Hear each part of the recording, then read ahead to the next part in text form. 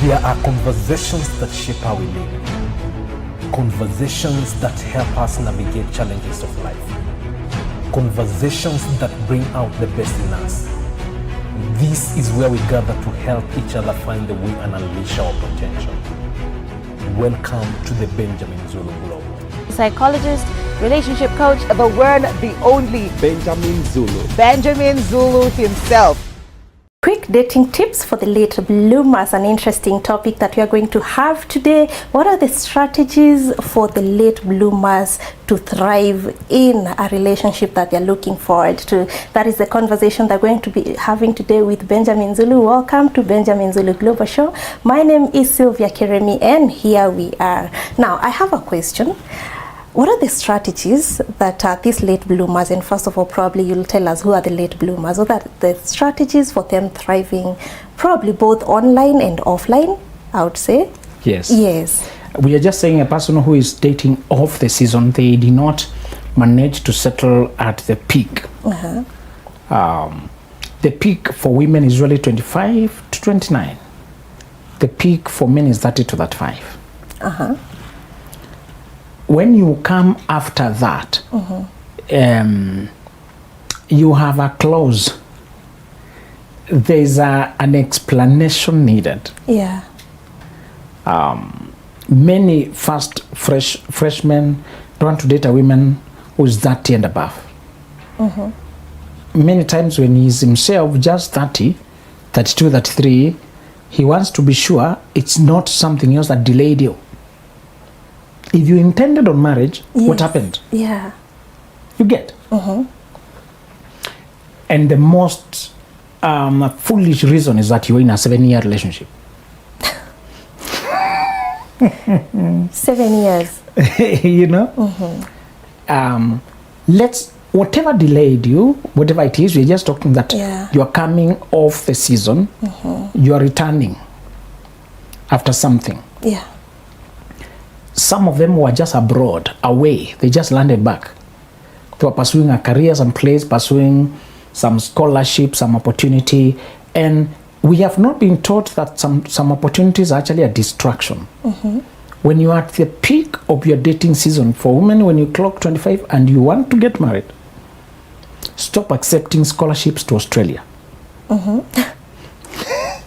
Stop accepting. When I was in Masters, one lady told us that she was single by default. Not by design. She was in her 60s. 60s? She told us, I'm just as I am. I don't have family. I did not intend it. Yeah. I did other things and I defaulted on a season. I ended up being single by default. She passed her secondary school very well. She was given a scholarship to the US. Yeah.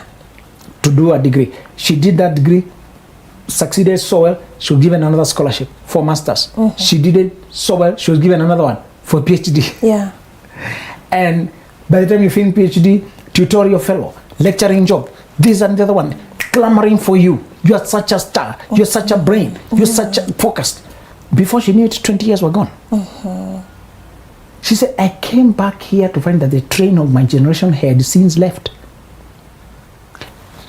Running after that train takes, it's a hit and miss.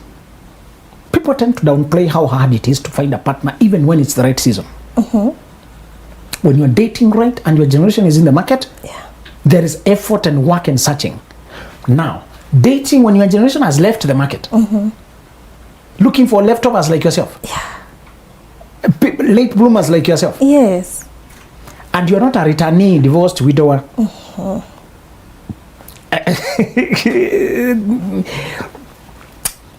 It puts you in a very awkward category. That's why I told you to avoid problems that even God does not know.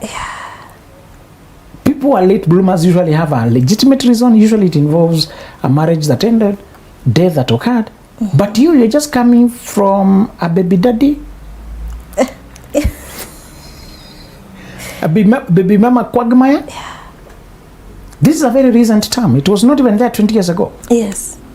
This baby daddy, baby mama, it was not there. It is not in any holy book. Yeah. The Bible does not have baby mama. The Quran doesn't have it. You know, some things you try to explain to God and he's like, you feel like you mean a person you got a child with without any marriage or nothing. Yeah. So we have created a term to whitewash a complication. You Yeah. get? Yes.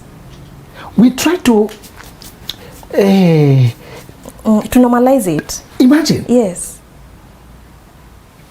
You know, language suggests behavior trends. Whenever you see new words, because there are new behaviors coming up. Yeah.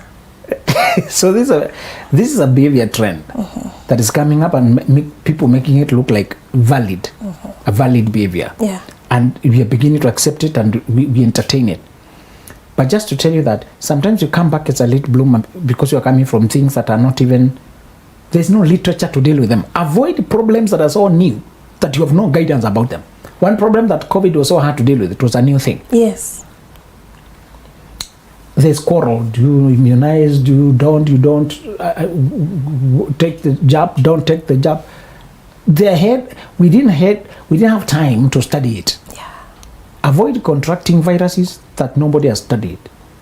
You won't have advice. Like dealing with the baby mama, there is no literature. There is no literature. Yes. You find a lot of literature for dealing with ex-wife and ex-husband. Yeah. But literature for Baby mama.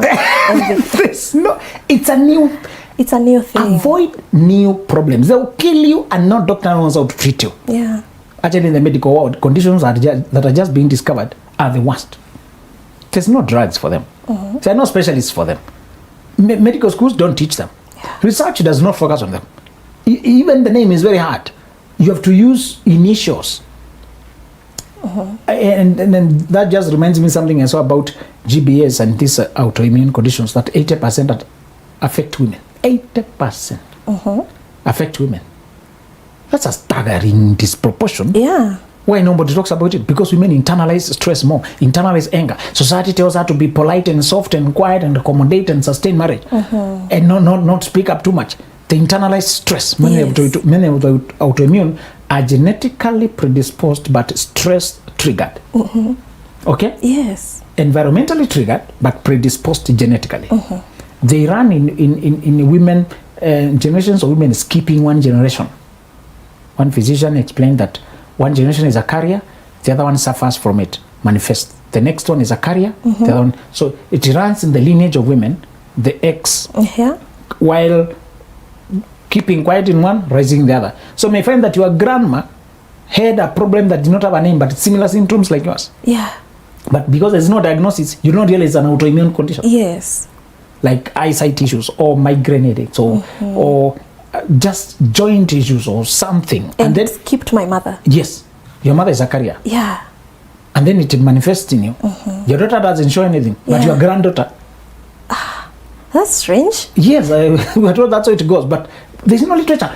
No, avoid things that nobody is talking about. You will suffer alone. Yes. No one will give you a solution to it. Yes, you will suffer alone. The current looseness with sex is a contemporary problem. The current casualness around physical intimacy is a new trend. The problems that will come from it, nobody knows them. Yeah. You will suffer there, and nobody knows how to deal with you. There's no literature. There are no theories. Avoid contracting new diseases. Yeah. Avoid inventing your own problems. Cohabiting is a problem you're inventing. Yeah. You don't know how to explain what it is. You come out of it, you're not divorced, you are not married, but you are hurting, but you are in something, but your reputation, people that you are, but, Yeah. that it's in that gray area that many get lost. Many people are lost in the gray area. But I would say it's like we're married. You know, it's a good. Our parents know. I would say we came close. We were. Anything you need, all the languages to explain. It is shady. Yeah. Just to tell you, the late blooming comes from many situations, but you should avoid getting yourself in complications that will put you in situations that you can't explain. Yeah. The first thing, if you're coming out of seriousness of dating and you don't have time, it's you're behind the schedule, behind seasons. This is not to put pressure that you cannot marry at any point in life. This is just to tell you that as long as the other endures, seed time and harvest, winter and summer, day and night shall not cease. You too, you have winter and summer, autumn and spring. You have seasons. Yes, you can plant maize any time of the year, but there are times when you plant it, nature will water it for you. Yeah. Other times when you plant it, You you water water it. it for yourself. You're free to plant maize anytime. Yes. The only reason is who will be working with you. So there's a time you'll be alone. Yeah. So when you date during the right season, nature will water it for you. The rotations Yeah. of life. When it came finally God time to fulfill what he'd promised to Abraham, he said, I'll visit you next year according to the times of life. In Sarah we have a baby. According to the what? Yeah. Times of life. We have times of life.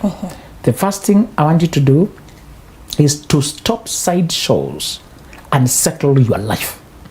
Many times we late bloom because we also globetrotters. We are in UAE, Yeah. we are in Qatar. You know, when you are competent and single, companies love you. Yes. When you're mature and you're not Yeah. married, my friend, people tend to think it's a compliment Yeah. that you're being sent all over. And I ask them, who else can they send? These young ones who don't have family are very incompetent. They're not reliable. The old ones who are reliable have families. Yes. You who is both mature and don't have family, Yes. You're a whole package for the company. they don't want you to marry. They want you to be a spy. This world. Be careful with this world. Because you have maturity and time. That is the one thing employers can't find. Yeah. The people who can fly around any day are very incompetent. Yeah. You need to manage them and they can cause crisis. It's young people. They're still learning. Yeah. The other ones who are very reliable are not available. They have family commitment. Yes. In fact, they must leave the office exactly 5 because the school bus stops at 5:05. If Sylvia is running out exactly at 5 because the school bus. Yes. You'll be out there at 5 or 5. So will you start telling Sylvia you are sending her to South Africa? It is a lot of conversation before you can arrange Sylvia's life Yes. to be away for 1 week. Let me get my daughter first, then we talk. So family people are not available. Yeah. They're not available. They just can't. They are very dependable, but they're not available. The ones who are available are not dependable. Yes. So you who happens to be both available and dependable, you think it's a favor you're being given packs all over the world. Yeah. The reason you run late, is because you are not settled. Your relationships can't flourish past. You get a chat with a person, you like each other, you chatted, you like each other, but then you got into different time zones for the next 2 weeks. Yeah. You can't even chat. You are sleepy when they're waking, you are rising when they're... You're making presentations at a Yes. conference, you can't even touch your phone, I don't know, the whole day. Yeah. Some of these small seedlings of connections, they wither away because the person is on the run. If your travel itinerary, today we are in January and your travel itinerary reads to August. When do you meet people? You meet very good people, but it with us. People want to check on you from this conference. They chatted, you never reply. They just... Yes. You come to reply to people, they forget who was that. Who are you again? You reply 1 month later. You make the money, you get the exposure in the world, but what is the time by your clock? Yeah. What is the time by your clock? My friend, it may be time to settle down and marry another tourist so that you can be sent around, both of you. Or one of you to remain home at least. Yes. You can still continue your lifestyle if you plan other goals to go along. If marriage is on your plans, forego all this. It's hard to forego it when you don't have a strong reason. Yeah. Okay? This is why I'm inviting you to be courageous. Yeah. Your life always having a packed traveling bag. You know, some people don't unpack, they just change. Yes. They'll be going again. In 2 days. So of them are suitcase that just remove. You know. And then I'm thinking probably in these places that you visit, you meet people who you have friendships that are very short, Yes. short term. Exactly. Yeah. You click so well. You can eat so wonderful during that. But after that, You've left. one last conversation when you're on somewhere on the air, we can't hear well. We'll talk when I land. When you land, it was midnight here. When you, I could not. When you, Yeah. and with the time you get tired of hoping and being disappointed, so you stop hoping. You say it will catch me where it will catch me. So you continue running, hoping the marriage will catch you. Yes. Marriage does not catch people like a flu. You really must plan your life. And people don't want to invest their lives in a person who is always on the run. This is what I always remind, particularly women living on the move, careers that are on the move, Yeah. ship crew. You can be a hostess in a ship. You can be air hostess. You can be just a traveling career. In the US, it's very common to have traveling nurse. Nurses who are not stationed in a facility, Yeah. but on the move. Many times they're even hired for different teams that may need a care or something like that. Or even this medical aid that is on the move. Yeah. Clinics on wheels. In Kenya, we have Beyond Zero campaign. We had something like that. That was very successful. So imagine what we have there, nurses. But they are not located Yeah. somewhere. Others are in emergency services, emergency response. Whenever you're always on the move and the man wants to build a home, what is the natural question? Will you ever settle enough to build us a home? Yes. Balance your life. Balance your life. Either marry another traveler so that you travel to their home. We have traveling couples. I had some of them converted a bus into a house. They realized the house is moving. What's the point of a house? Get a bus. Stay there And so they move around with it. with their home. Yes. Yes. It's possible. You can actually get a person, you are in the air industry, you marry a pilot, you marry another air host, and you move on. You say, let's take 5 years doing this, and then do. You can plan your life around your lifestyle if you get the right person. But I tell you, there's no man who's going to marry you and he lives in Nairobi. And you, for 28 out of 30 days in a month, you are in Tokyo, Japan, in Cape Town, Yeah. and then France. Where are we? Nowhere. Then he has to wait for weird hours when you have landed to hear from you. Yeah. Unless it's a wind up. Sometimes you can marry and you're winding up a contract of 1 year or something. If it's a planned thing. I'm just telling you, hardly will a man marry you and he can't have you. Yeah. Hardly. You are going to balance your life. Some careers you can only do them for a season. Okay? Yeah. Then you can remain in the same industry but in a different posting. Yes. You can work at the airport. You don't have always to be at the aircraft. They can station you now at the ticketing office. Yeah. You can be a customer representative. Now you can land. You can be manager. You can evolve yourself. Can advance your studies. Just know what else can settle you better. Where there's a will, there's a way. You should will to Yes. settle down. So, you that is something year old, 40 something year old, who just delayed, just consider that part of why you never blossom into marriage is because you uproot yourself from time to time until those who want you are forced to get alternatives and move on. And it's very regrettable when you meet a person who was already married. Yeah. And there's a time they tried you out, there's a time you talked, and you realize you are still compatible. You're just not available. That, my friend, that stings. Yeah. Did you know I tried you up? You keep missing out Yeah. on potential people because, I can't pass this opportunity. A lady was telling me, this opportunity, United Nations, being sent over there to work, and it is complete with scholarship and even allowance. And she's 28. She's being sent, I don't know where, to Europe, someplace, for, 4 years. And she intends to get married. Okay. That's how people become late bloomers. Yeah. And I tell her, do you know you can postpone scholarship, but you can't postpone marriage? It's too expensive. You can get another scholarship. You can't get another marriage just like that. Yes. Some things are just seasons of life. If you have a career, is the scholarship mandatory? No. It's not even urgent. Yes. This is a career advance. Career advancements are really things that we can plan around. You are getting along. You have a job already. You can put that thing, unless you wanted to migrate to that continent, it's part of your plans of your life. But I realize many women just don't think about it. The second thing I want you to do is to ditch the company of those who have quit on marriage.